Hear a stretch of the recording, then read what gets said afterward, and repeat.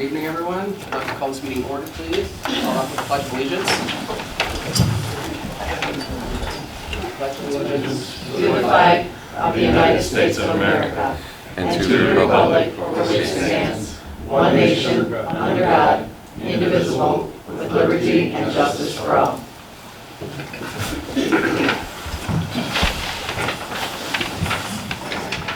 Madam Clerk, could I please have a roll call? Supervisor Alex Apian. Here. Trustee Dean Morelli. Here. Trustee Greg Vickus. Present. Trustee Karen Johnson. Here. Trustee Denise Salvino. Here. Highway Commissioner Jim Louch. Here.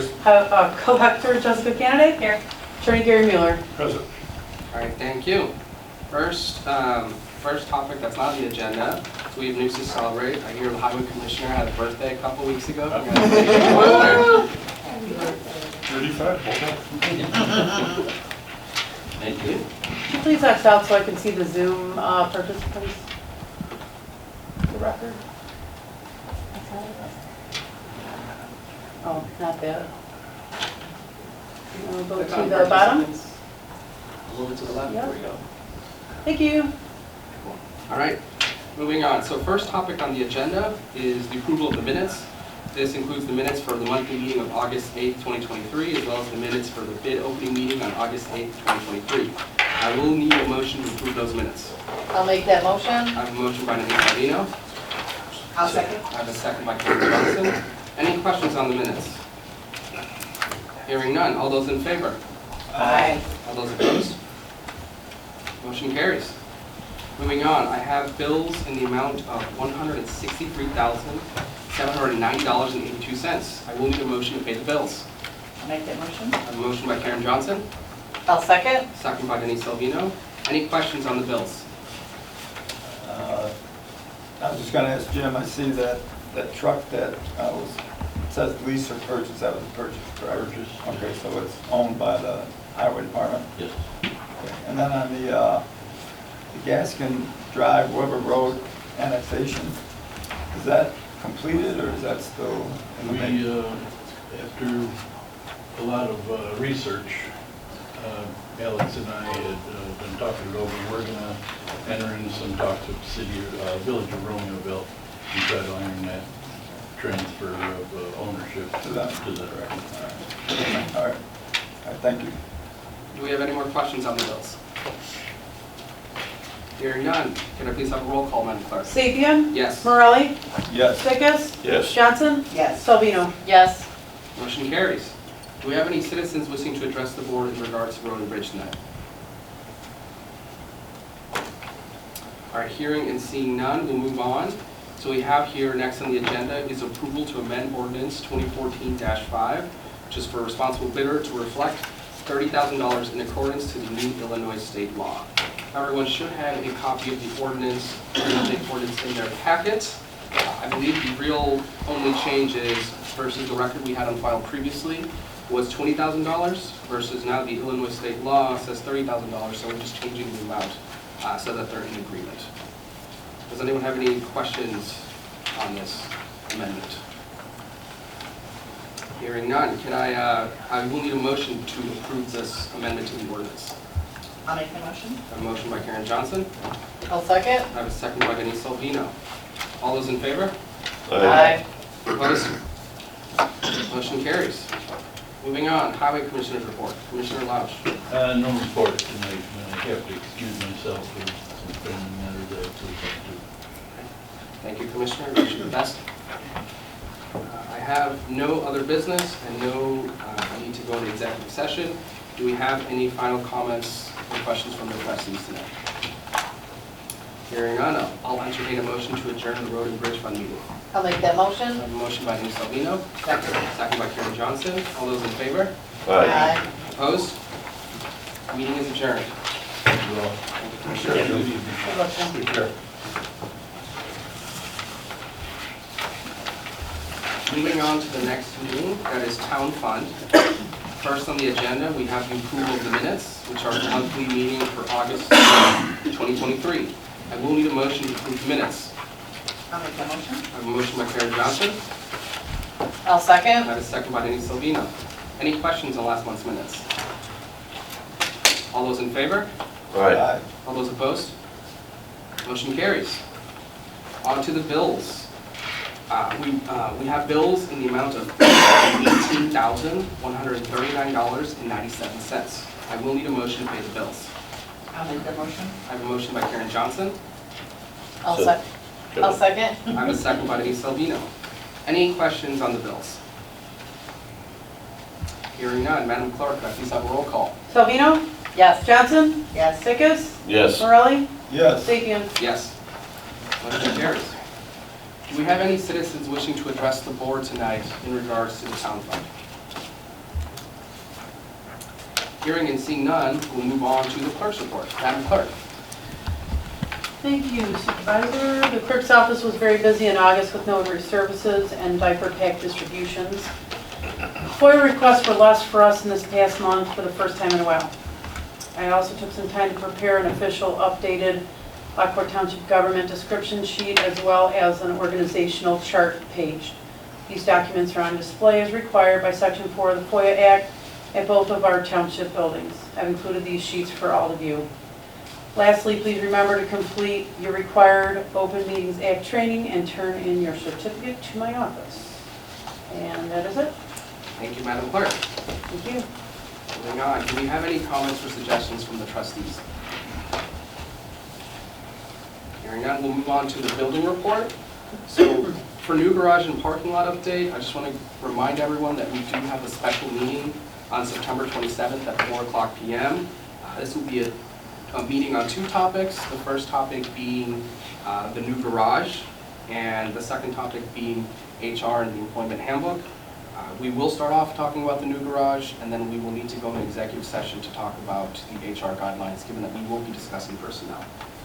But other than that, I only have one minor update, or a visual rather, that I'd like everyone to see. It should be included in your packet, and it's related to the new garage. So everyone should have received a visual in their packet. It's like a little map with like a blue river on it.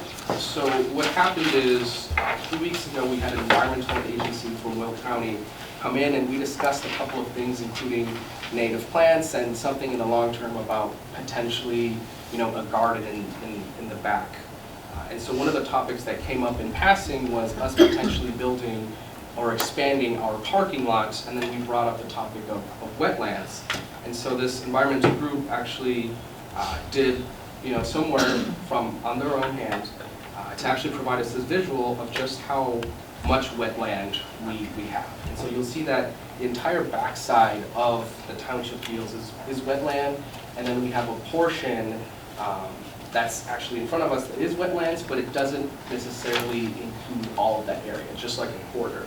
So the reason I bring this up is wetlands are protected, so if we had any hopes of potentially expanding the parking lot towards the back, we wouldn't be able to do that. Any construction we do have must be on the side which is to the right of the township, which is actually facing in front of me, or the area closest to the garage we have now. So again, we can discuss more of this at the special meeting on September 27th, but just wanted to give everyone a quick update. Moving on to new business. So the main topic for tonight, I have some friends over from the Joliet Fire Department as well as the Lockport Township Fire Department. Thank you so much for coming. I want to give just a brief introduction, but the Joliet Fire Department has started this incredible initiative with mental health in the city of Joliet and also in Joliet Township. And we've been in conversations the past couple of weeks of potentially expanding this mental health project into other areas, including Lockport Township. And so for that, well, what I'll have Lockport Township Fire Department give a brief presentation to explain all of this, and then afterwards we'll discuss what a potential partnership would look like. So, my friends from the Joliet Fire Department, if you could please come up.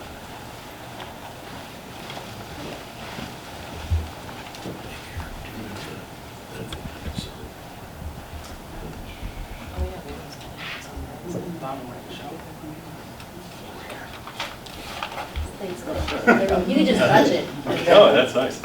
All right, thank you guys for having us. My name is Jeff Carey. I'm the fire chief of the Joliet Fire Department.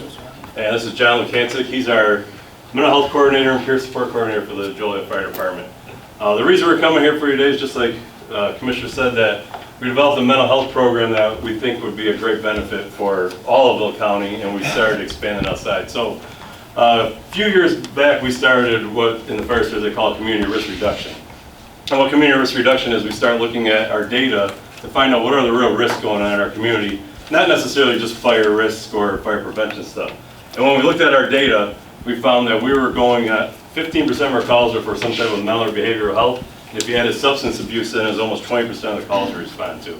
And at first, it might not seem like that was a fire department issue, but like to say, if we don't address the problem, it will become a fire department issue. So we looked around, we started trying to find out what programs were in the county or in the city, and what we found was that access to mental health care was difficult for most people.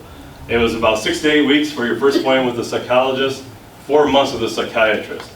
And then if you were 18 and under and on Medicaid, it was almost impossible. So we were trying to tap local resources. That seemed to be the big issue. And then according to the Will County 2020 Community Needs Assessment, it was access, cost, and transportation. So we started looking around at what we could do. So the first thing we did was we figured we wanted to take care of ourselves on the fire department. So John here developed a program called Crisis First Aid for Paramedics. And what that did was it basically turned all of our paramedics into crisis interventionists. Not clinicians, but just we all learned the 7 steps of crisis intervention, so we could start that process before we refer them out, just so we weren't just handing you a pamphlet. We knew how to get people to calm down, to go through the 7 steps so we could get them to listen to us, to present them with the resources. So what Crisis First Aid for us did was, one, it was for our own personnel. By teaching everybody basically mental health first aid, it let guys know in their companies and with themselves, it let them recognize their own stresses and their own issues they might be having. And then 2, it recognized within their companies of what was going on.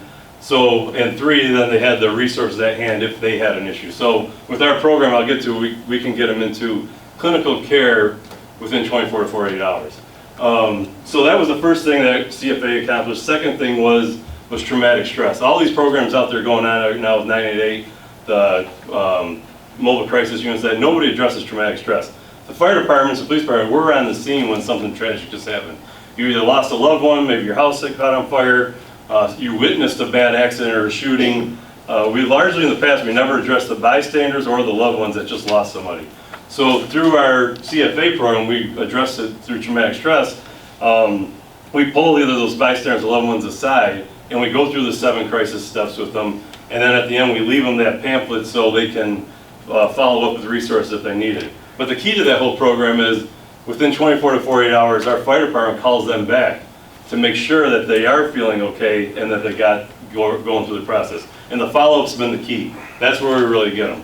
Well, at the call, they're not listening to us, they just lost somebody. But 2 days later, now they are listening, and that's when we get them. And so that is to aim to stop a problem before it even starts. And then obviously the third step was for the mental health patient themselves. Before we started the program, like you said, we ran into this dead end where we couldn't really get them any better care than what was already available. So what we ended up doing, and this just came, ThriveWorks came to the city of Joliet to be part of our EAP. And when the guy was talking about how great this, it's a national company, over 4,000 clinicians, they can see somebody sometimes same day, but within 24 to 48 hours. 85% of their business is telehealth, but they can also see people in person. And as he was presenting this to the city to be part of the EAP, he said, well, this is great, but how can we get this to our residents who really need it? And they had never worked with the residents before. They were only working with insurance like everybody else because they didn't need to because they're so busy. So we worked with them over a year to get their model to change to what we needed, and they basically did everything we asked for. So we got them to accept Medicaid and take pretty much everybody we had. But the key was we had to find them office space for them to do it. So we partnered with Silver Cross Hospital. Silver Cross Hospital gave us 2,000 square foot of free office space at 1051 Essington Road in Joliet. That has 5 clinicians in there and a therapy land just for kids. It's a play therapy land for 5 to 12-year-olds where they bring them in. So even though they do a lot of telehealth, and that's by patient request, people want to do telehealth, they will see you in person, and for the kids, they want to see them in person. So these were then the partners. We ended up getting it into the schools because 2 school years before this one, within a 15-mile radius of Joliet City Hall, we had 12 high school suicides. And that was one of the big things we wanted to make sure we addressed. So we got it in all of our schools, and in this past school year, we had 0, and in the city of Joliet this year, we haven't had a suicide under the age of 40. And we'll get to those stats too. But then NAMI, it has an office in the ThriveWorks office, because they were able to, NAMI does education portion, so after somebody has their therapy session, they can go get the family education and all that too. And what ThriveWorks basically does, they do everything from family counseling all the way to psychiatry. So you have whatever your need is, they fill the whole thing. And then we work with our homeless shelters, so we have our homeless where they can telehealth from the shelter, because part of the reason when we talk to Morningstar, Mission, and Daybreak is majority of the homeless have some kind of mental health issues, and they said we can get them housing and we can get them jobs, but as soon as they leave the shelter, they're back here in 2 months because their mental health, they lose their resources. With this program stays with them forever, no matter where they go. So, And for our other populations, we have a huge Hispanic and Latino population in Joliet, 33%. And we needed a way to culturally and linguistically talk to those folks to make sure that they're getting the care that they need.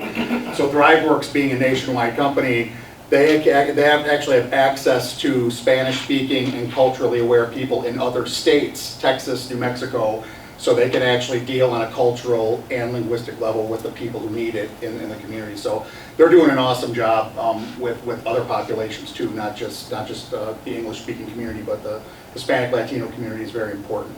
So through these partnerships, we addressed a lot of those issues. You know, the 3 barriers I said were access. With ThriveWorks, we took care of that access. The cost, I'll get to in a second, and then the transportation, telehealth, we've got them everywhere. And actually work with Joliet Township that they also provide rides if somebody did need a ride to their actual therapy. But since it's mostly telehealth, even the kids at school, they got it on their homework pages so they can telehealth at school or later on. That's it. So how the cost, so we asked ThriveWorks, well, you know, 8% of Joliet residents have no insurance, 35% were Medicaid, 32% are Medicare, and we wanted to make sure we got everybody that access and no cost. So they estimated it would cost $400,000 a year for 150,000 residents of Joliet to cover everybody. So but they would take insurance, they take whatever insurance takes, City of Joliet picks up the rest. If you're no insurance, we pick up the whole appointment. It's $99 for an hour-long appointment with your psychologist, $189 for a psychiatrist for an hour-long. So it's still very inexpensive, but a lot of those people that didn't have insurance, we didn't want to leave them out. So they estimated that $400,000. We went to the City of Joliet. The council agreed. It goes into basically a bank account, a fund. You're not paying ThriveWorks for anything, and only at the end of the month, whatever people's insurance, it draws it out of there. City of Joliet tomorrow could say we don't want to do it anymore, and all the money goes, whatever's left goes right back to them. So it was kind of a no risk that they could end it at any time. And there's no contract with them. It's just an MOU that your money's sitting in their, basically a bank account that gets drawn on. They give you a statement. You know, we don't see patients' names because we don't want to know, but you see who's using it, where they're at, who's no insurance, what's there. So that's been excellent with that. So in the first year, though, we just finished our first year with it. The actual cost, we had 700 residents enrolled, gave over 4,000 free clinical sessions, and it cost the City of Joliet $91,000 for 100. So it was a lot less than we expected because they're taking that insurance first. And Medicaid does pay most of it now that they're taking Medicaid. So it's really, we have about, 54 people in there with no insurance at all.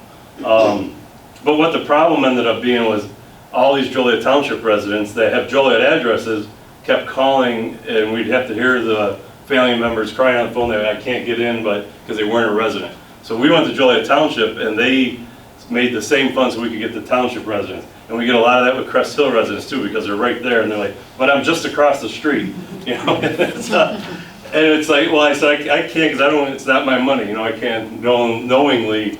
But it's hard to hear, so that's when we started, you know what, let's start trying to expand it outside, because we've seen the great use.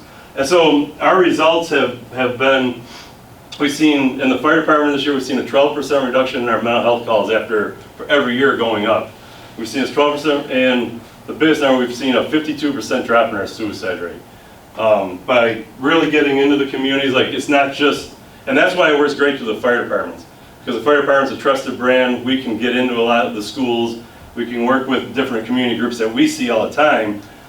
So going through the fire department's been a big success of it. Not that you could do it without the fire department, but we've been a good driver of it just because of the brand. Well, and that front end cost of $91,000 has saved almost $1 million on the back end in ambulance fees. That So was you just can- from 3 patients. That's from 3 patients, so. So, yeah, we had 3 So- patients who in 18 months called 911 317 times.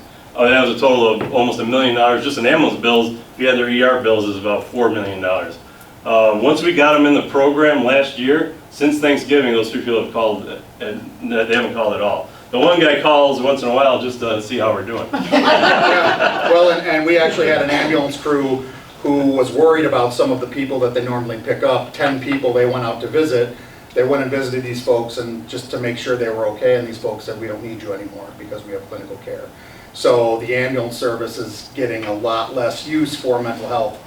And a 12% drop in Joliet in 1 year is huge because there's usually a 10% increase every year. So a 12% drop is a really big deal for a drop in mental health calls for service. So what was happening before was, people, they're in crisis, they don't know what to do, they can't see a clinician for 4 to 6 weeks or longer, they call 911.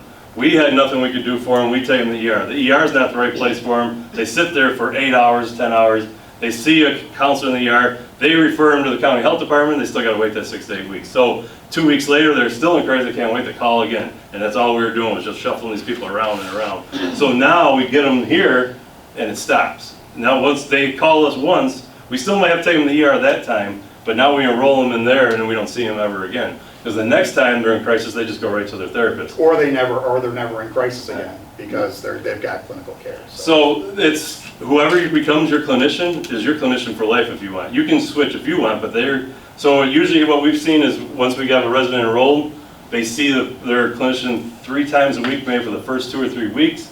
Then after that, maybe once or twice more, and by a month, they're pretty much done with the program. But if 2 or 3 months later they have a problem again, they just go right back to that clinician. And we're missing the next slide, but the next slide's really good. I wish you guys could see it. But what it indicates is it shows that the suicide rates in Will County, the actual suicide rate in Will County is trending up between 22 and 23.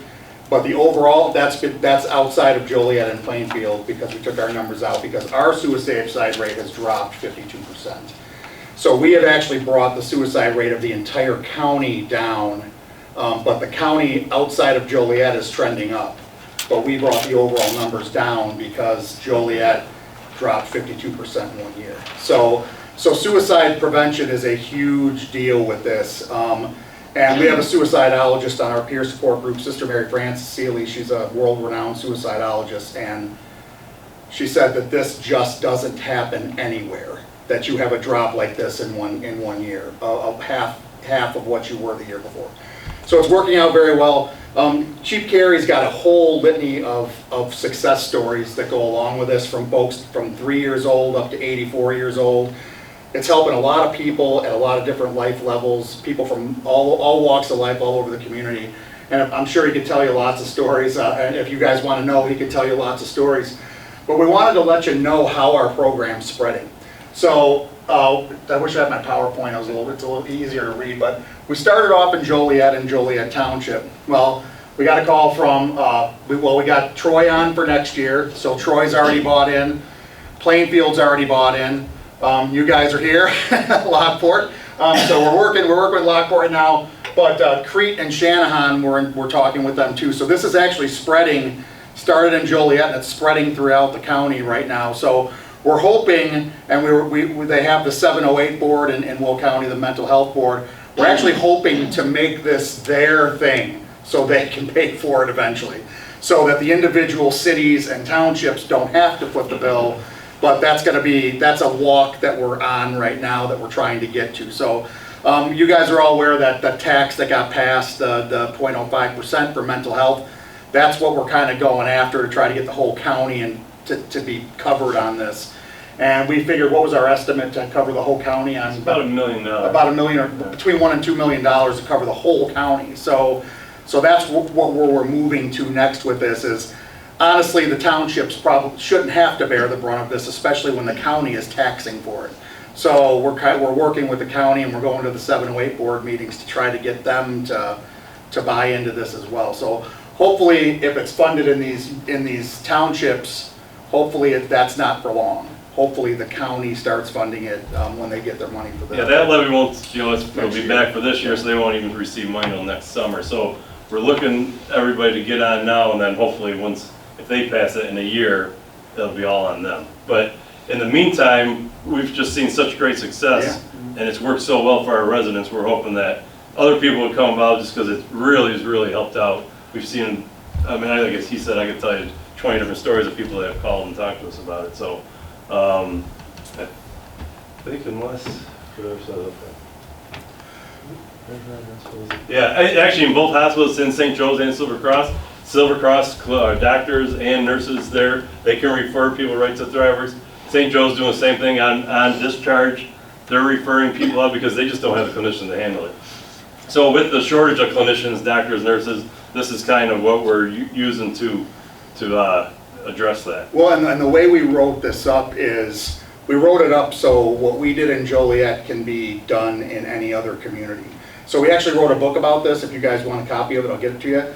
But it's how any community with a fire department, a hospital, a NAMI chapter can make this work in their own community, without having Joliet to have to be involved. So this is something that, we kind of started, and it's good, but anybody can do it as long as they know the right steps to follow. So if anybody wants the book, I'll get you a copy of the book. And Chief Carey sent his card around. If you send him an email, I'll get you a free copy of the book and you can read it. But it tells you how to do all this stuff, who you have to partner with, how you have to set this up in order for it to work for the whole community. But the reason this works is because of the fire department. The reason it works is because of the fire department, because people see the Maltese Cross and they trust the fire department, and they say, all right, what they're telling us, we're going to listen to that. Where if somebody privately came in, if ThriveWorks was trying to do this on their own, it would have never worked. And we were really rough on ThriveWorks when they came in to make sure they were on the level and they were doing what they were supposed to be doing. But like Chief Carey said, they did everything that they said they were going to do and more even, and it's worked out well. But the hospitals and the schools were two of the most important people, and they bought into it very well. Joliet Township and Joliet Grade Schools both bought into it very well. They use ThriveWorks as well. The hospital, Silver Cross Hospital, actually uses ThriveWorks as their employee assistance program now for mental health. So they actually use it. They like it so much that they endorsed it, gave them space, and are using it. So, and it's being used in Joliet City now too as for employee assistance. So it's working very well. And yeah, for you guys, for doing all that, Chief O'Connor's here from Lockport, they're want to do the same thing, so the fire department here will drive it just like there. So all it really needs would be the same thing to provide the service for free, is just that funding source, and the fire department of Lockport will be able to do the same thing we did here in Joliet. Yeah, if you don't mind. Except my name's John O'Connor, the fire chief of Lockport Township. I don't have too much to add, but just to give my perspective on the meetings I had with Chief Carey and the supervisor as well. Within the first 10 minutes of the conversation, I was hooked. So how can we provide this to Lockport Township? We have the same problems as the city of Joliet, just on a smaller scale. So in the past 12 months, we responded to 788 addiction and mental health related calls in the township. Now, with the statistics that he discussed, I'm like, that it sells itself. Chief Carey's already written the playbook for it. So we have these same problems, and we're the fire department. Our service ended at the door of the ER. And like he was saying, we have return customers all the time. And you want to do more, but that was never in our purview. And what happens at the hospital, usually we don't find out until the next time we go pick them up again. So this gives definitive care to these people, whereas opposed to just putting a Band-Aid on a wound, you're not fixing the problem. What this does is help fix the problem of mental health in your community. And the suicide statistics speak for themselves. So if that's something that we can implement in Lockport Township, I'm on board. We're going to present to our board this month a proposal to create a full-time position for a community risk reduction officer, which will include a community mental health program. If they don't approve that, we're going to get the community mental health program done anyways.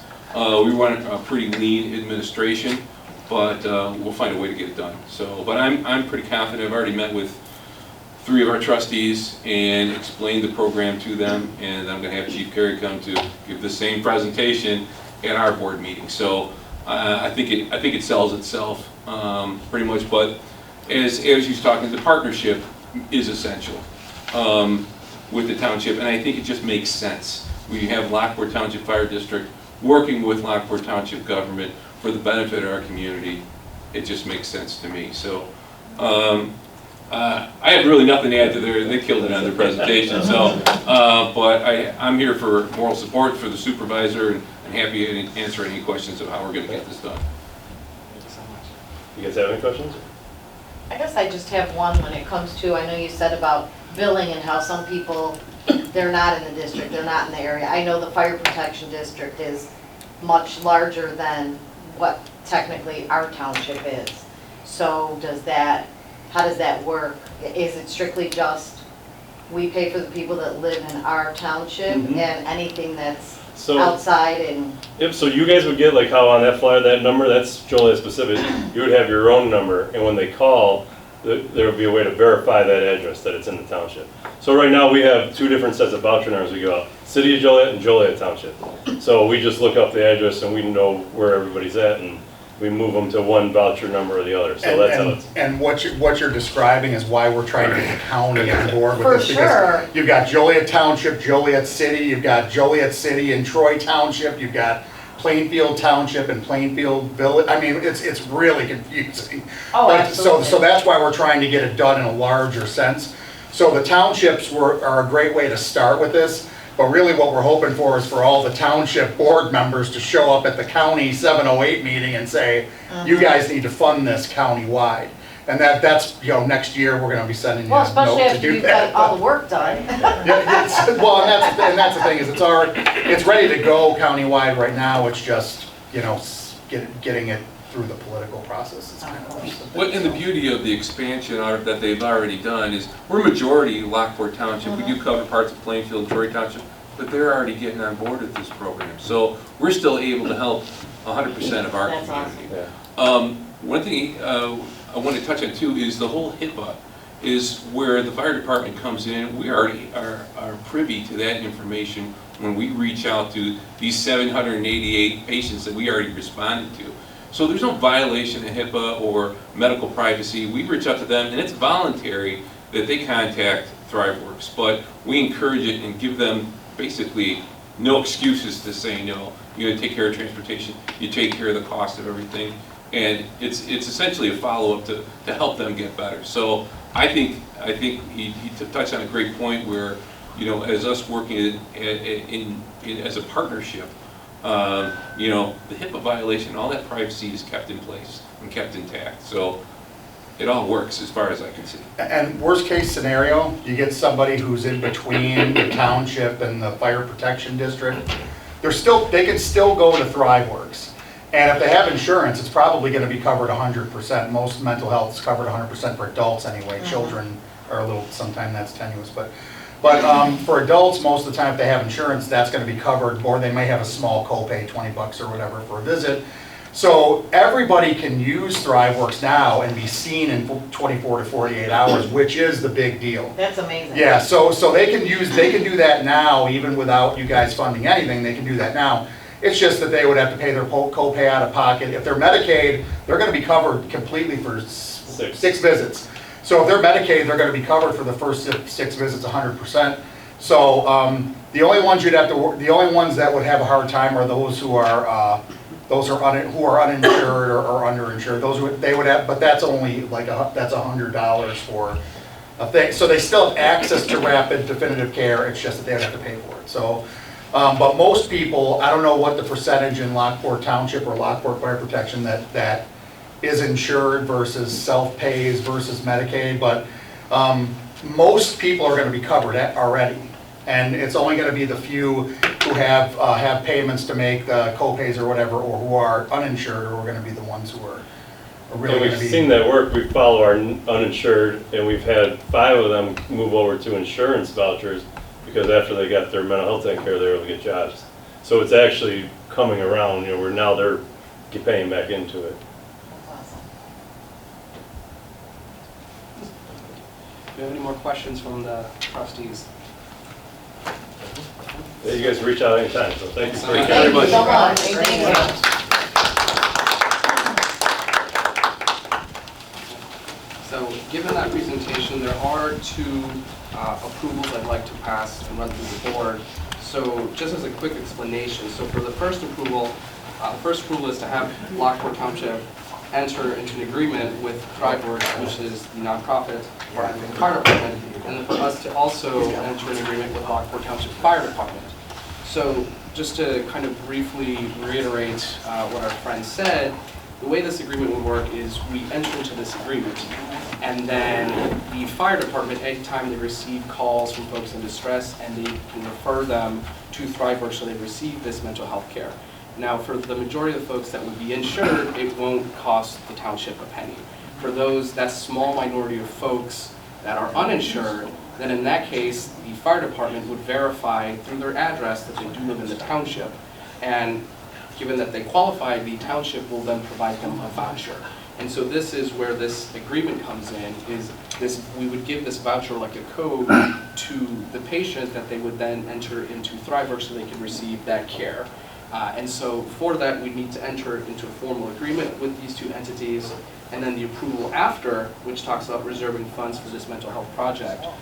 There would need to be like an informal, I guess, fund, we could call it, where we could say, for now, let's set up $10,000 worth of vouchers.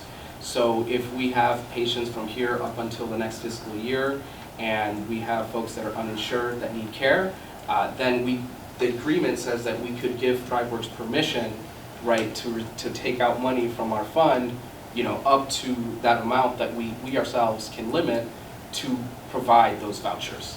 And like the chief said, just to reiterate, that money, those funds, those still belong to the township. It's not like it's, you know, the other organization's money, and if we want to stop it at any time, we can. What I'm looking for at this time from the board is that we enter into an agreement and that we reserve funds up for discussion, but to get the ball rolling, I'd say $10,000. And then in the upcoming fiscal year, which would be in March, the new fiscal year, we could then determine, you know, how much money we can reserve year over year. In terms of a financial standpoint, I did talk with our accounting firm, Warmer Rogers, and seeing as how we always have a surplus with our budget, and this type of funding project has established precedents, for example, with our shingle shots. So we're not asking for large, huge amounts of money here. The township has it well within its budget to fund it, not just this year, but for years to come. So that's my explanations of the approvals. Do we have any questions? I have one. So we could approve, say, 10,000 today if everybody's in agreement. And then if it proves that, you know, by December we need more before the next budget is in place, then we just approve that again. Yes, so Yeah, so we'll see. again, right now I'm saying 10,000 to kind of get the ball rolling, because what I can't necessarily do is just enter an agreement and then have $0 in funds. So I'd say $10,000, and given the estimates from the city of Joliet, you know, they said they had about 91,000 and their population is almost triple of what the township has over an entire year. You know, we have almost a third of the population and we have less than half the year left. So the amount would certainly be a lot less than 90,000. Let's say we'll start off with 10,000 and we can revisit in a couple of months. And of course, I can provide a report to this board every month to see, you know, the progress of that fund. Any more questions on this? Well, if there are no questions, I'd like to entertain a motion to have Lockport Township enter an agreement with ThriveWorks and the Lockport Township Fire Department. I'll make that motion. I have a motion by Karen Johnson. I'll second. I have a second by Denise Salvino. Any questions on this approval? Alex, just reiterate like they said, these are gonna be the township residents. But I know, obviously, like with Lockport City, that stretches way out in the Homer Township and stuff like that, you know. Like Joliet was having an issue, you know, people calling saying, well, I'm right outside. Sure. I mean, we are strictly gonna enforce the Lockport Township resident Yeah. rule, basically. Yes, that is the understanding, and I will work with the fire department to make sure we enforce that. But yes, it's like it was said in the presentation, the Township Fire Protection District, I know it's a little bit larger, but we will verify addresses to make sure that the funding from the township is to help the township residents. And folks outside of the township, again, this program extends beyond our township, so that funding would come from the other townships if it's available.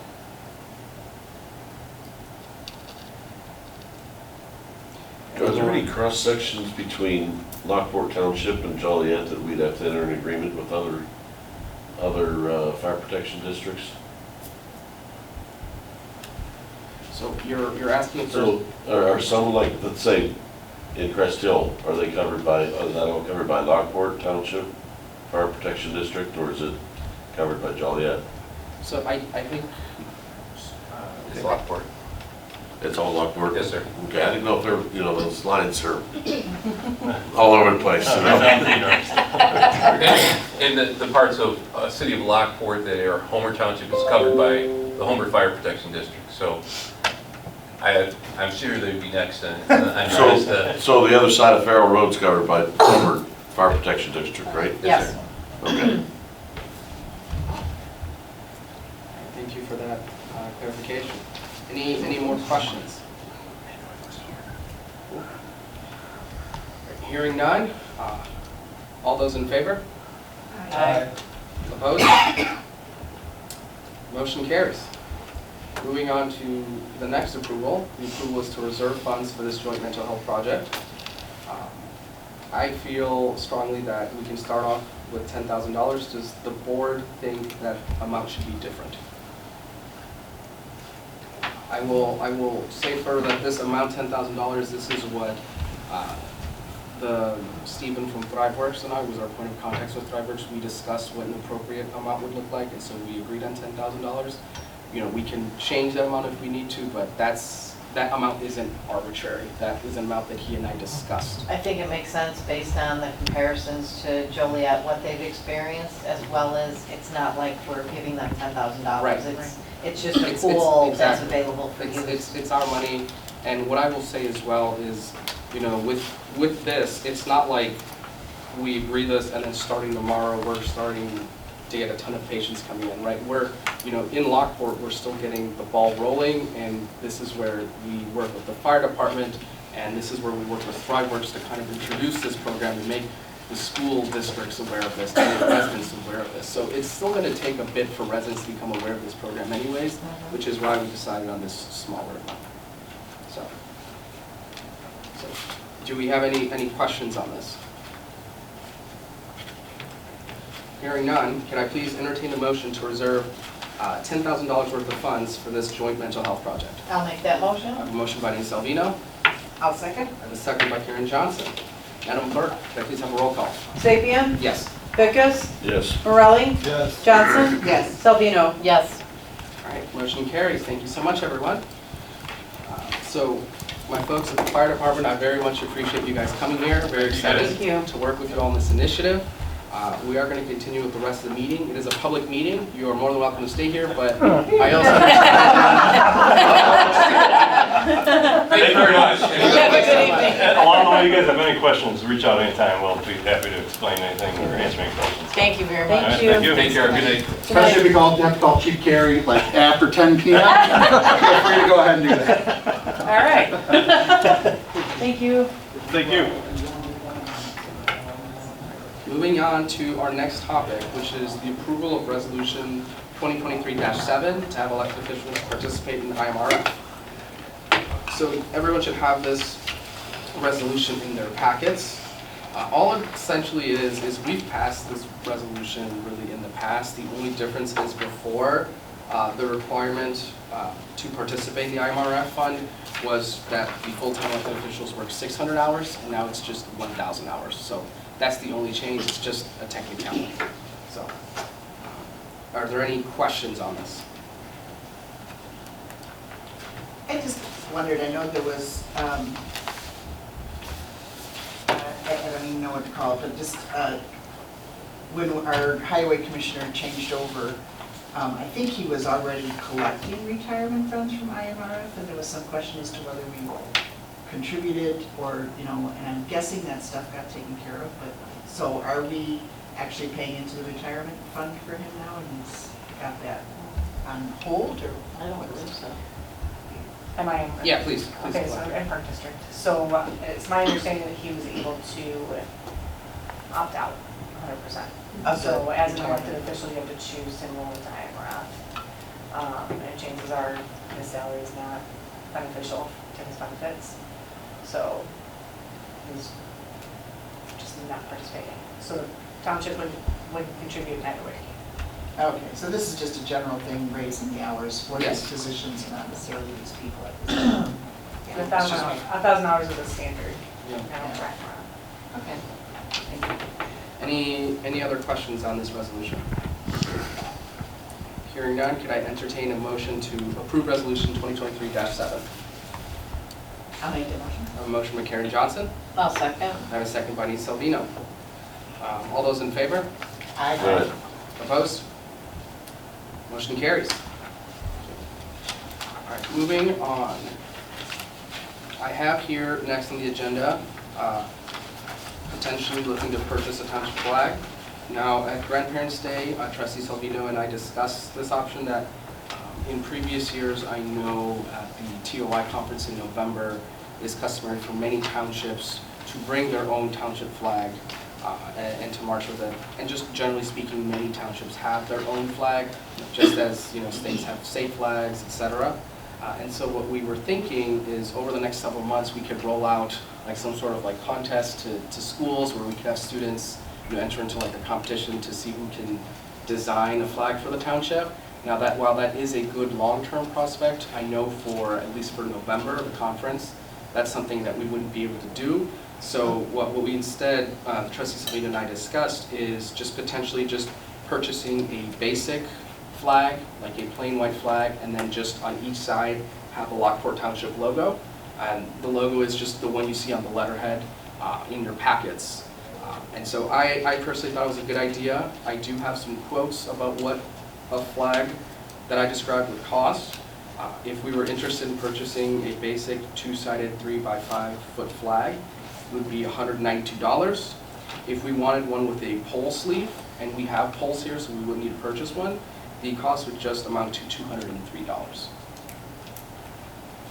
Do we have any questions or comments or any discussion on this topic? Well, I'm just wondering, do we need to get any kind of permission to include like the state of Illinois emblem along with the township? Wouldn't that might be good enough?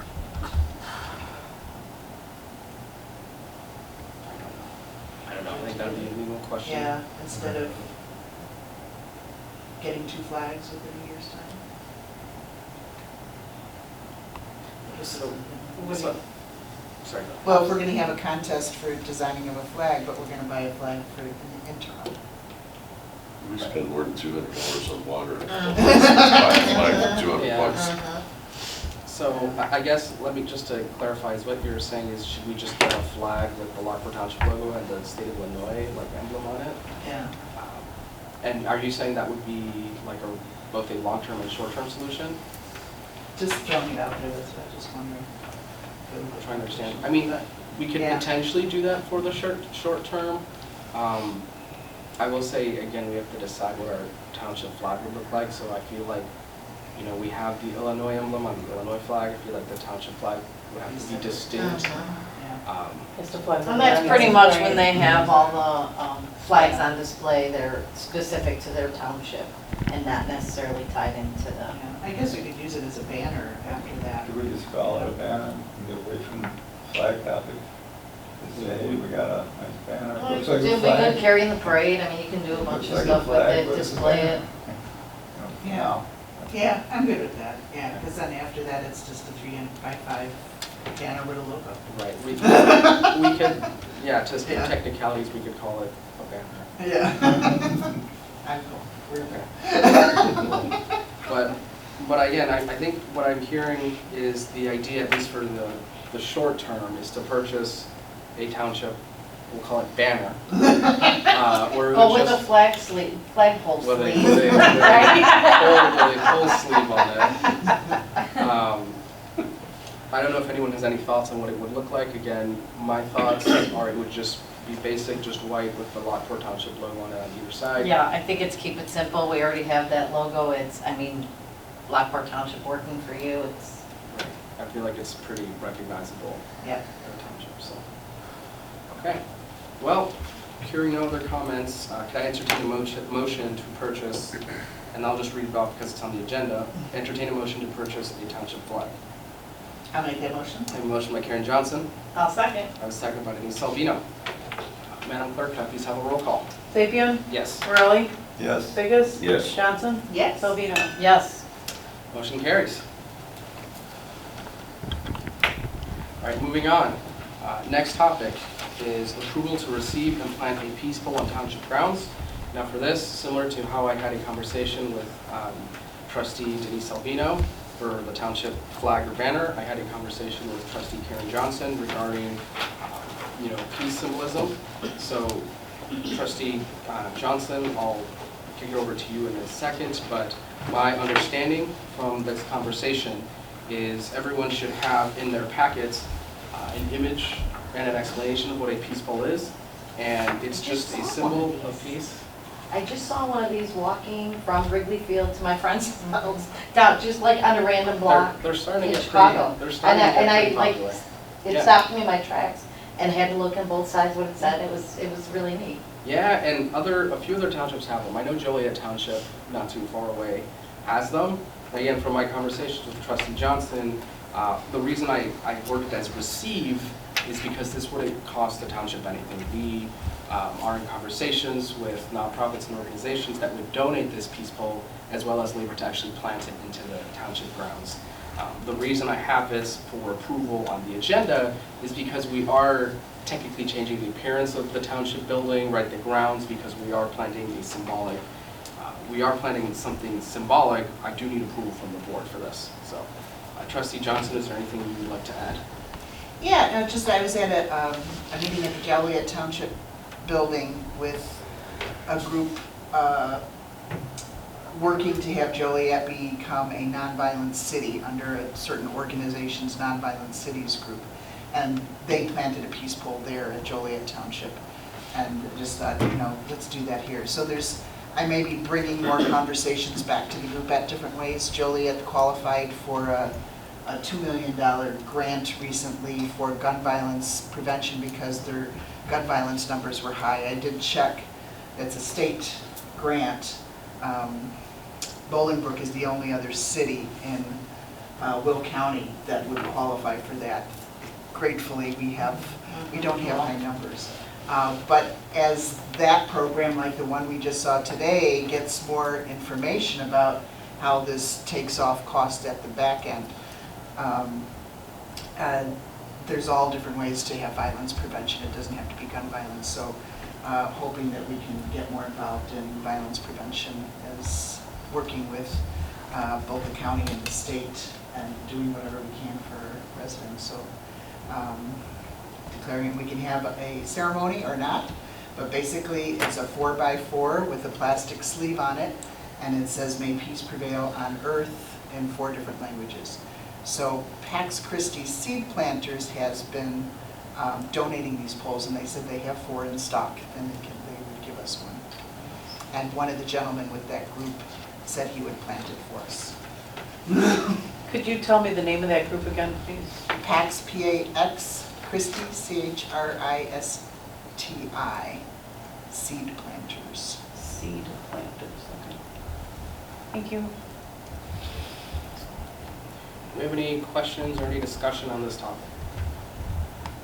We know where about we put it.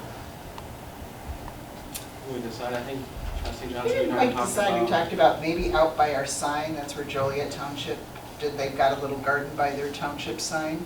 So either there, I think just for symmetry, if we put it on one side of the door, we could put it anywhere really, and we can discuss that later, but either one, in front of the building and the garden or up by the sign. Because it could, probably people aren't going to notice it as much out there, but, closer to the door where people walk in, that they could take notice. We could decide that. Yeah. But any questions on this Peace Bowl topic? All right, hearing none, can I entertain a motion to receive and plant Peace Bowl on township grounds? I'll make the A motion. motion by Denise Salvino, I'll second. I have a second by Karen Johnson. All those in favor? Aye. All those opposed? Motion carries. Thank you. All right, we're done with approvals for the town fund agenda. Moving on to other new business, I will let everyone know that the newsletters were mailed out. And just from observation and speaking with residents, the majority of the township has actually received them. So very happy to report, because in the last time we met in August, we had literally just mailed them out, or they had just started printing and were just mailed out. And so folks, we've been getting a lot of calls, a lot of positive feedback about the newsletter. And I will also say that my office has been very, very busy receiving calls from seniors reserving their spot for the senior breakfast, and also folks for the Veterans Dinner. That's one way in which we know that they have received their newsletter. So happy to report that everything has been sent out on time, and we're actually a few weeks ahead of schedule. And great job. It was great. Thank you. Good letter. Moving on to upcoming events. We have a few upcoming events. So actually just talking about Senior Breakfast. Senior Breakfast is on Monday, Tuesday, Wednesday, which is October 2nd, 3rd, and 4th, from 9 a.m. to 11 a.m. at Prairie Bluff. You know, folks have been eagerly calling. Actually, as of last week, we're actually already filled up. We have a waiting list for those 3 days because folks are very excited to attend that breakfast. I did send all the elected officials and the attorney as well an invitation to the senior breakfast. And as well as I'd like to ask folks, if you are attending, and in fact I encourage you to attend any and all breakfasts, to please let me or Michelle know. The reason is, again, we need to know a head count ahead of time, just because we are pre-ordering food. So if you haven't already replied to my email, please do so as soon as possible. After that, there is a Lockport Community Resource Fair happening on Saturday, September 30th from 9 a.m. to 1 p.m. The pastor at Shepherd of the Hill actually invited us, as well as other organizations in Lockport, to partake in this resource fair, which is on behalf of the Lockport Community Roundtable. I know there will be voter registration there, actually done by our very own clerk. And then our office will have a table there, as well as I believe the assessors. So everyone here is invited to attend. Again, it's on Saturday, September 30th. It'd be nice if that might be too soon, if we had our version of that fire department brochure at the time. You know, might be too quick. Yeah, I think our version of a mental health brochure, I think that'd be a very quick turnaround.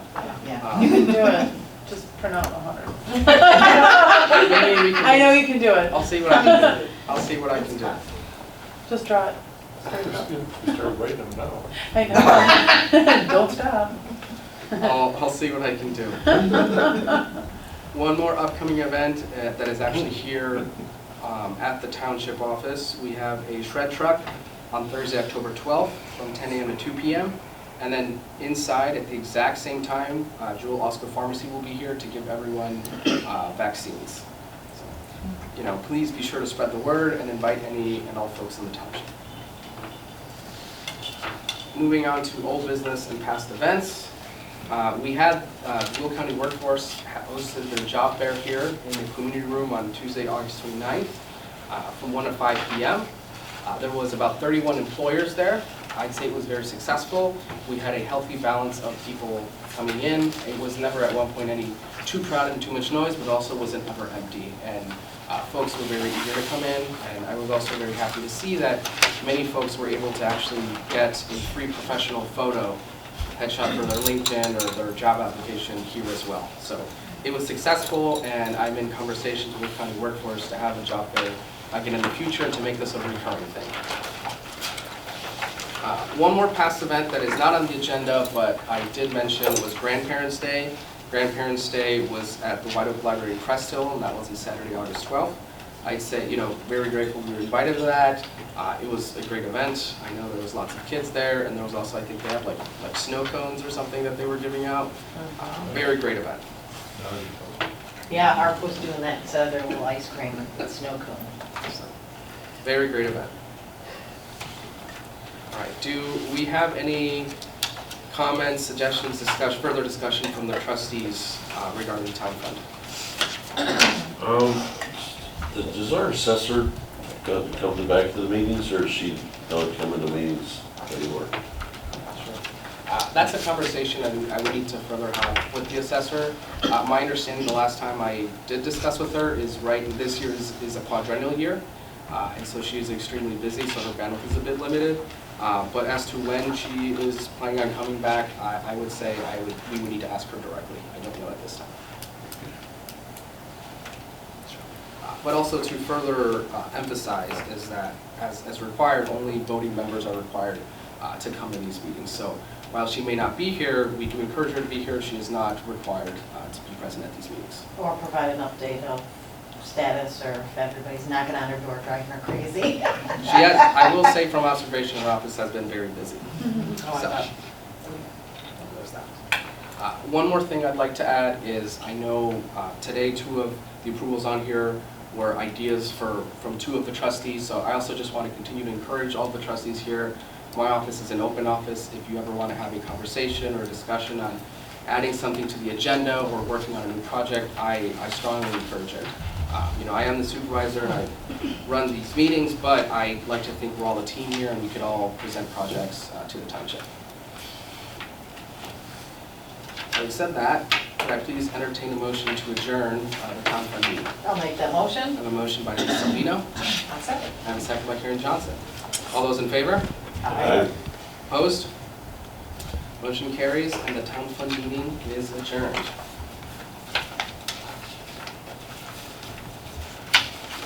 Moving on now to the general assistance agenda. The first thing on the agenda is the approval of the minutes for the monthly meeting of August 8th, 2023. I will need a motion to approve those minutes. I'll make a motion to approve Motion. the minutes. I have a motion by Denise Salvino. I'll second. I have a second by Karen Johnson. Any questions on last month's minutes? Hearing none, all those in favor? Aye. Opposed? Motion carries. For the bills this month, we have bills in the amount of $4,832.15. I will need a motion to approve the bills. I'll make that motion. I have a motion by Karen Johnson. I'll second. I have a second by Denise Salvino. Any questions on the bills? Hearing none, Madam Clerk, can I please have a roll call? Sapien? Yes. Morelli? Yes. Vickers? Yes. Johnson? Yes. Salvino? Yes. Motion carries and the bills are approved. Do we have any citizens wishing to address the board tonight in regards to general assistance? Hearing and seeing none, we'll move on. For general assistance, I have no new or old business this month. So, do we have any further discussion from the trustees? If not, I will entertain a motion to adjourn the general assistance meeting. I just have one question. I know we used to get a report that I'm not attached to the format, but at least showed how many applications came in, how many people qualified for something or whatever. Can we get something like that, just so we know? I mean, most of these are just general costed and prorated by what they cost the whole township. Sure. For the office. Yeah. That was useful for me to see. Yeah, of course. I'm happy to provide a report going forward. I will say that from observation and working closely with my staff member, general assistants, cases have been going up. So similar to how I started providing a bus report in senior fund, I'm more than happy to provide a report for general assistance cases going forward. Okay, good. Thank you. Can I entertain a motion to adjourn the general assistance meeting? I'll make that motion. A motion by Karen Johnson, I'll second. and a second by Denise Salvino. All those in favor? Aye. All those opposed? General assistance meeting is adjourned. Moving on to our last meeting, which is the senior fund. The first topic on the senior fund agenda is the approval of the minutes for the monthly meeting that is August 8th, 2023.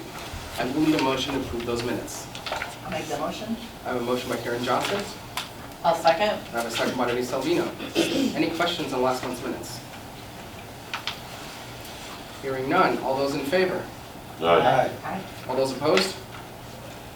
Motion carries. This month, I have bills in the amount of $51,270.47. I will need a motion to approve the bills. I'll To make pay that the bills. motion. I have a motion by Karen Johnson. I'll second. I have a second by Denise Salvino. Any questions on the bills? Hearing none, Madam Clerk, can I please have a roll call? Salvino, Yes? Johnson, Yes. Vickers, Yes. Morelli, Yes. Sapien. Yes. Do we have any citizens wishing to address the board tonight in regards to the senior fund? Over here, Yes, please, could you state your name for the record? Grant Spooner. Thank you. Homer Township is having a senior fair at the Hadley Grade School on Bell Avenue this Saturday. It's from 10 to 2, I think. Oh, I got- Senior fair this Saturday from 10 to 2? It's kind of across from what used to be Big R.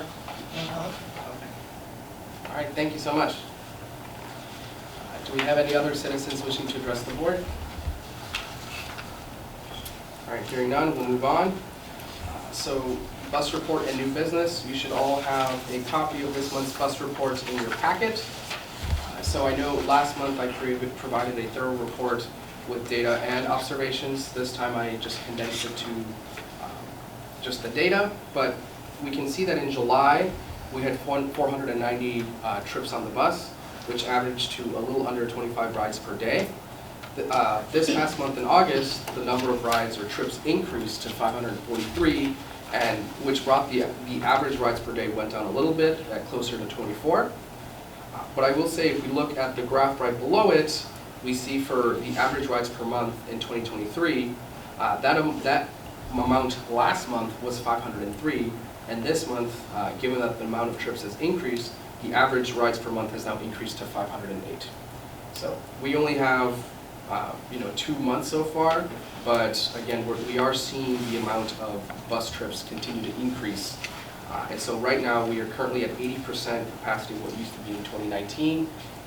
And again, things are seasonal, so we might see some change now that the weather's chillier. But as always, I will continue to provide updates. Thank you. going forward. I have no other business for the senior fund. Does anyone else have any points of discussion or anything to bring up? I have one question, and I'm not sure if it's for this or other. But as the firemen were talking about transportation being an issue for people to get to mental health facilities, and when we saw that report from Will County that they were trying to, fill in the gaps of services across the townships in the county, some of the townships have bus services for disabled and seniors. And I just wondered if, I know this was set up a long time ago and it had to do with a referendum that we would, offer these senior services, but I just wondered if that's something that we can entertain at some point, is expanding the services for disabled as well. Sure. Or if there's something that we would have to look at that. I think we We already have. contribute to PACE, Yeah. who handles the disabled and The dial ride, number, yeah. right.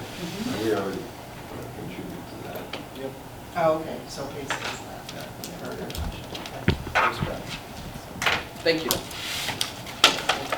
All right, can I please entertain a motion to adjourn the senior fund meeting? I'll make the motion. A motion by Karen Johnson, I'll second. second by Denise Salvino. All those in favor? Aye. Opposed? Meeting is adjourned. Thank you, everyone. Have a great night. Thank you too.